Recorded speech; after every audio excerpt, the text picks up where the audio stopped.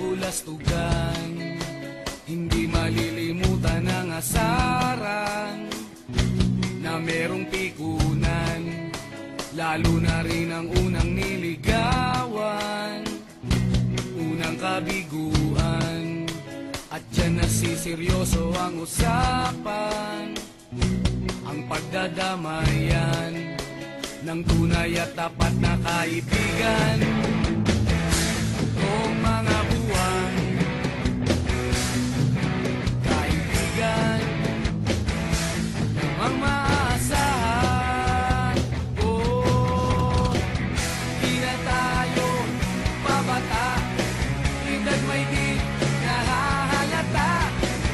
Sa mga trip unti-unti na tayo nagsasawa.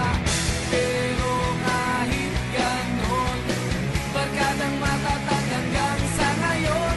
Minsan man magkita, tiyak may kwela, yan ang aking mga tropa.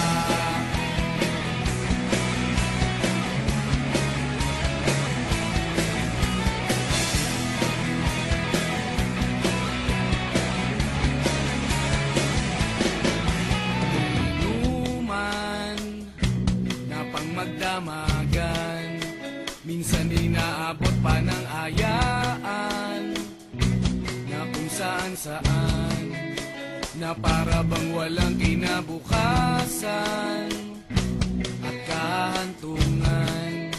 At dyan nasiseryoso ang usapan, ang pagpapayuhan ng tunay at tapat na kaibigan.